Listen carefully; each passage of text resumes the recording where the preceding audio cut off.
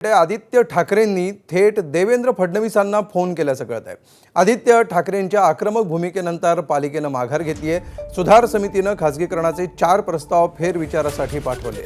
कालच आदित्य ठाकरेंनी पत्रकार परिषद घेऊन मुंबईच्या जमिनी लाटण्यासाठी शिंदे सेनेनं हे प्रस्ताव आणलेत असा थेट आणि गंभीर आरोप केला होता। वेदांत, काय नेमकं हे प्रकरण होतं आणि मुख्यमंत्र्यांना फोन केल्याचा नेमका काय परिणाम आता दिसतो आहे या सगळ्यात?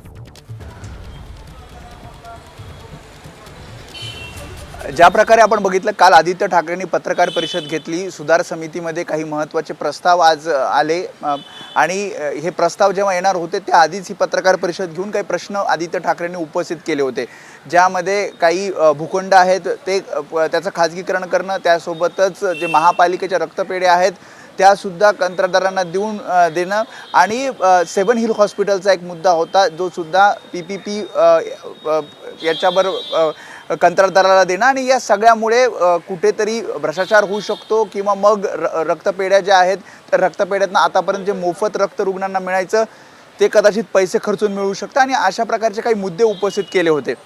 आदित्य ठाकरेंचा आरोप होता की शिंदे शिवसेनेकडनं हे प्रस्ताव आणले गेलेले आहेत आणि त्यामुळे या सगळ्या संदर्भात जी माहिती सूत्रांकडनं मिळते, आदित्य ठाकरे आणि देवेंद्र फडणवीसांचं काल रात्री या सगळ्या संदर्भात फोनवर बोलणं झालं। त्यानंतर जी माहिती मिळालेली आहे आणि प्रतिक्रिया मिलिंद नार्वेकर यांनी दिली। मिलिंद नार्वेकरांनी सुद्धा या सगळ्या आदित्य ठाकरे यांनी ज्या काही सूचना केल्या किंवा ज्या गोष्टी मांडल्या त्या सगळ्या मुख्यमंत्री देवेंद्र फडणवीस यांच्यासमोर मांडल्या आणि त्यानंतर मुख्यमंत्र्यांच्या शिष्टाईनंतर हे जे प्रस्ताव आहेत ते पुनर्विचारासाठी गेल्याचं कळतं, कारण आता सुधार समितीची बैठक थोड्या वेळापूर्वी झाली आणि जे प्रस्ताव आलेले आहेत, जे आदित्य ठाकरेंनी यावर प्रश्नचिन्ह उपस्थित केलं, ते सर्व प्रस्ताव जे आहेत ते आता पुनर्विचारासाठी गेलेले पाहायला मिळतात। निश्चितपणे वेदांत, ज्याप्रमाणे इथे आपण बघतो आहोत की एक प्रकारे ठाकरेंची सरशी झालेली आहे शिंदेंच्या विरोधात आणि मुख्यमंत्र्यांनी या सगळ्या प्रकरणामध्ये याची दखल घेणं आणि त्यानंतर हे प्रस्ताव फेरविचारासाठी पाठवणं, याच्यातून काही नव्या समीकरणांची चर्चासुद्धा राजकीय वर्तुळामध्ये सुरू झालेली आहे। कसं बघितलं जातंय राजकीयदृष्ट्या या सगळ्या प्रक्रियेकडे?